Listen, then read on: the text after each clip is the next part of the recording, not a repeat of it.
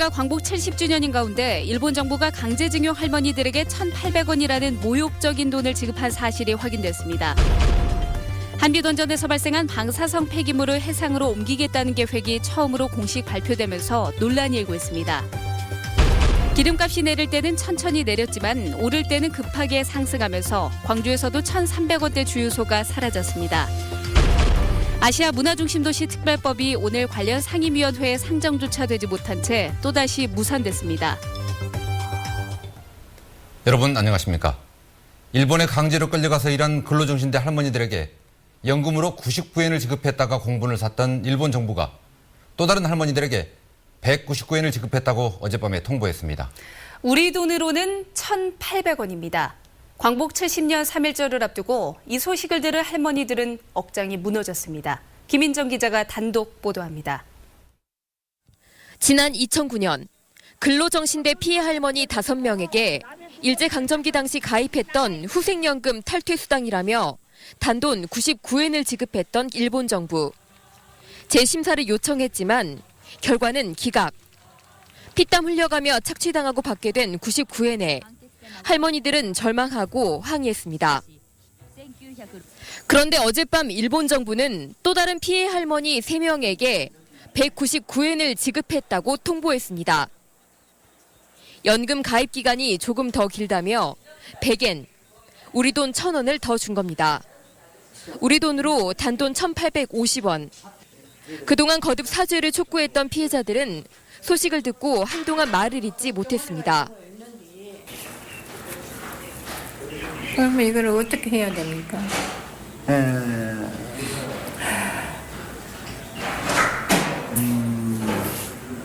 진짜 너무나 억울하고 분하고 그러지 않습니까? 후생연금 탈퇴수당은 물가 상승분을 감안하지 않겠다는 기존 입장을 되풀이한 겁니다. 한국 돈으로 치면 1,851원 정도 되는 금액인데 100엔이 더 얹어진다고 한들 어떻게 보면 우습게 짝이 없는 결과는 이렇게 마찬가지입니다. 최근 한국사법부에서 강제징용 피해자들이 피해 배상을 받아야 한다는 판결이 잇따르고 있는 분위기에도 찬물이 끼얹는 결정입니다. 광복 70주년, 3.1절을 앞둔 피해자들은 과거사를 끝끝내 사죄하지 않는 일본 정부에 한 번 더 상처받고 있습니다. MBC 뉴스 김인정입니다.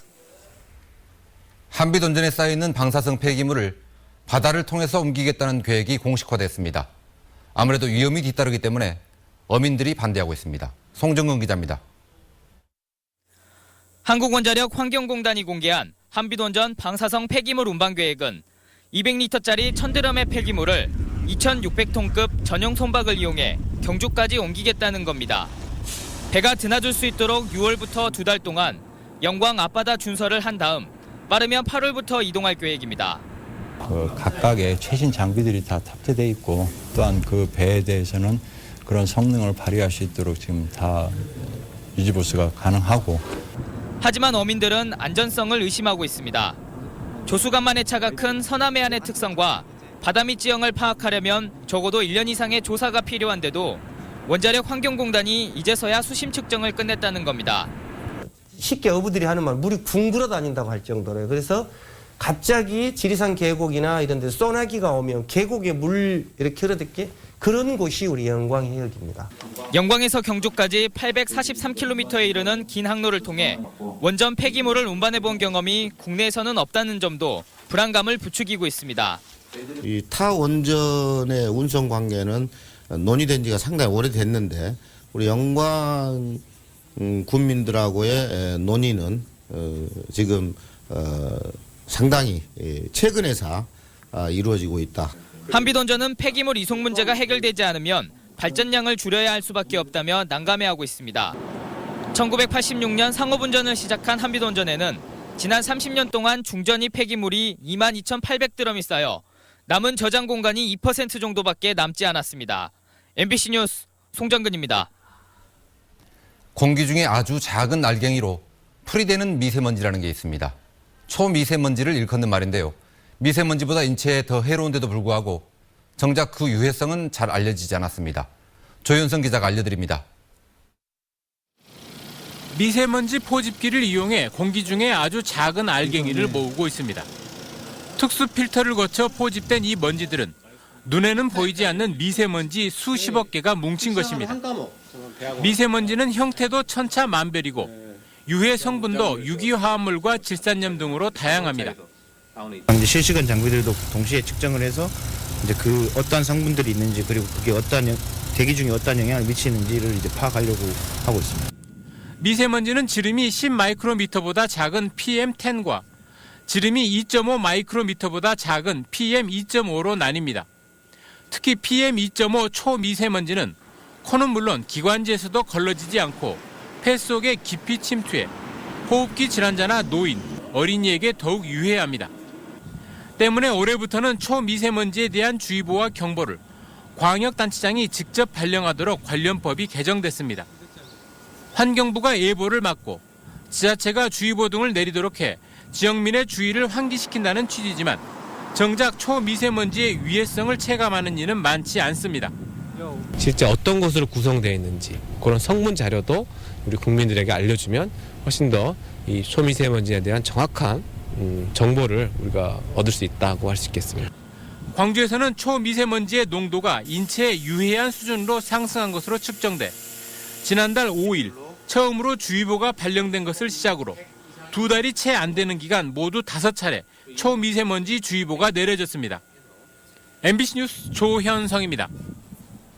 내릴 때는 2G급인데 오를 때는 LTE급이다. 기름값을 두고 요즘 사람들이 하는 말입니다. 20일 연속 휘발유 가격이 오르면서 이제 광주에서도 1,300원대 주유소는 찾아볼 수 없게 됐습니다. 이재원 기자입니다. 광주의 한 셀프 주유소. 차량들이 기름을 넣기 위해 꼬리를 물고 들어옵니다. 휘발유 가격이 가파르게 오르면서 조금이라도 싼 가격을 찾아 기름을 넣는 행렬이 다시 시작된 겁니다. 가격표를 보고 가능한 한 싼 데 가서 넣고 있습니다. 싸니까 이제 다른 데 비해서 지나가다가. 실제로 지난 4일 리터당 1,399원까지 떨어졌던 광주 지역의 휘발유 평균 가격이 20일 연속 상승세를 나타내면서 1,400원대 후반까지 올라섰습니다. 이제 더 이상 1,300원대 주유소는 사라진 겁니다. 같은 기간 경유도 리터당 40원 넘게 상승했습니다. 국제유가가 오르기 시작하면서 국내 휘발유 소비자 가격도 당분간 상승세를 유지할 것으로 전망됩니다. 이런 가운데 정유사들은 이번 주에도 휘발유의 주유소 공급가를 리터당 26원 인상했습니다. 내릴 때는 너무 누수한 것 같고 또 올릴 때는 너무 또 성급하게 올리는 것 같고 소비자 입장에서는 그런 생각 많이 하고 있습니다. 내릴 때는 굼뜨기만 하던 정유사들이 가파르게 가격을 인상하면서 서민들의 주머니도 가벼워지고 있습니다. MBC 뉴스 이재원입니다. 아시아 문화중심도시 특별법이 오늘도 국회 상임위 문턱을 넘지 못했습니다. 이 법안만 따로 상정하는 원포인트 상임위가 모레 열릴 가능성이 있지만 그 전에 여야 합의가 이루어져야 합니다. 이계상 기자입니다. 2월 국회 마지막 교육문화체육관광위원회 전체 회의가 열렸지만 관심을 끌었던 아시아 문화중심도시 특별법은 상정조차 되지 못했습니다. 여야 원내대표 등 지도부가 만나서 특별법 개정안에 대한 합의를 했지만 정부 측이 제동을 건 것으로 알려졌습니다. 정부 측은 국가재정 지원과 관련된 특별법 내용을 최종적으로 손질할 필요가 있다는 뜻을 여당에 전달한 것으로 전해졌습니다. 이에 따라 정부와 여당은 내일 오후 3시까지 특별법 문구를 다듬어서 야당과 최종 합의를 추진할 예정입니다. 본회의장 가서 수정안이 나와버려 표결에 들어가 버립니다. 그러게 되면 굉장히 어려워지는 상황이기 때문에 저희로서는 최대한 여야 합의 그리고 정부까지도 합의를 안고 가려고 하는 거죠. 국회가 내일부터 대정부 질문에 돌입하는 가운데 여야는 아특법 개정안을 원포인트로 상정해서 법안 처리 여부를 논의할 것으로 전망됩니다. 하지만 여당과 정부 측이 그동안 반복했던 것처럼 시간 끌기를 할 경우 2월 국회에서 특별법을 처리하기가 어려울 것으로 관측됩니다. 결국 4월 국회로 넘어갈 경우 광주 유대회 개막에 맞춰 아시아문화전당을 부분 개관하고 9월에 정식 개관하려던 계획은 사실상 물 건너갈 수밖에 없습니다. 여야가 정치력을 발휘해 문화전당 개관에 청신호를 줄 수 있을지 지역민들의 관심이 쏠리고 있습니다. MBC 뉴스 이계상입니다. 농수축협조합장을 뽑는 전국 동시조합장 선거의 공식 일정이 오늘부터 시작됐습니다. 각 지역 선거관리위원회에서 오늘과 내일 후보 등록이 이루어진 뒤 후보들은 26일부터 다음 달 10일까지 선거운동을 하고 선거 공보와 안내문은 유권자인 조합원들에게 다음 달 2일과 3일 발송될 예정입니다. 전남에서는 농협과 축협 145곳, 수협 17곳, 산림조합 19곳 등 모두 181개 조합에서 선거가 치러집니다. 광주 비엔날레의 새로운 도약을 위한 혁신안 발표를 앞두고 마지막 시민공청회가 열렸습니다. 광주 비엔날레 혁신위원회는 공청회에서 소통 능력과 국제적인 역량을 강화하고 재정을 확충하는 등의 7대 혁신안을 시민들에게 보고하고 참석자들의 의견을 들었습니다. 혁신위는 오는 26일 기자회견을 통해 최종 혁신안을 발표하고 27일 이사회에 보고한 뒤 지난 5달 동안의 활동을 마무리할 예정입니다. 가수 김경호 씨가 광주 유대회의 7번째 홍보대사로 위촉됐습니다. 대회 개막까지는 이제 넉 달 정도 남았는데요. 조직위는 대회를 알리기 위해 안간힘을 쓰고 있습니다. 김철원 기자입니다. 유대회 조직위원회가 락 가수 김경호를 홍보대사로 위촉한 건 목포가 고향인데다 락 가수의 열정적인 이미지와 젊은이의 축제인 유대회의 성격이 일치하기 때문입니다. 대학생들의 이 올림픽과 같은 이 축제를 대회를 같이 하게 됐고 또 제가 홍보를 맡게 돼서 무척 막중한 책임감 느끼고 오늘 이 자리에 섰는데요. 이로써 유대회 홍보대사는 7명으로 늘었습니다. 스포츠계와 문화예술계 인사에 이어 대중가수로는 처음으로 김경호 홍보대사가 참여함으로써 분야도 다양해졌습니다. 하지만 대부분 훈련이나 개인 일정 등으로 인해 홍보 영상 또는 포스터 제작 등에 그치고 있어 시민 홍보에는 한계를 보이고 있습니다. 이벤트 행사를 계획하면서 그 홍보대사와 일정을 사전 조율을 해서 참여할 수 있는 그런 방안을 강구하도록. 넉 달여 앞으로 다가온 대회 분위기 조성을 위해 조직위원회가 전방위적인 활동에 나섭니다. 오는 28일 화순에서 열리는 배드민턴 대회를 시작으로 정월대보름 행사장에서 대학교에서 마라톤 대회 등지에서 유대회를 집중 알릴 계획입니다.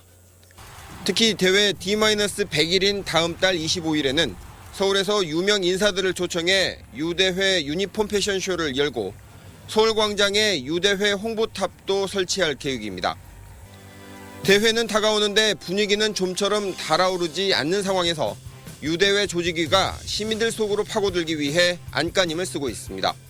MBC 뉴스 김철원입니다. 나주시의 땅값이 전국에서 가장 많이 오른 것으로 나타났습니다.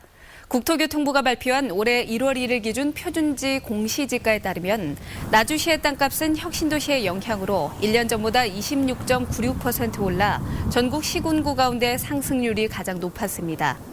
반면 목포시의 땅값 상승률은 0.95%로 전국에서 상승률이 5번째로 낮았습니다.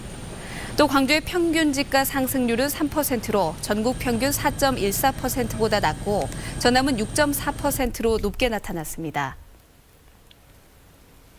박근혜 정부가 출범한 지 2주년이 된 가운데 광주 전남 지역 관련 예산이 홀대를 받고 있는 것으로 나타났습니다.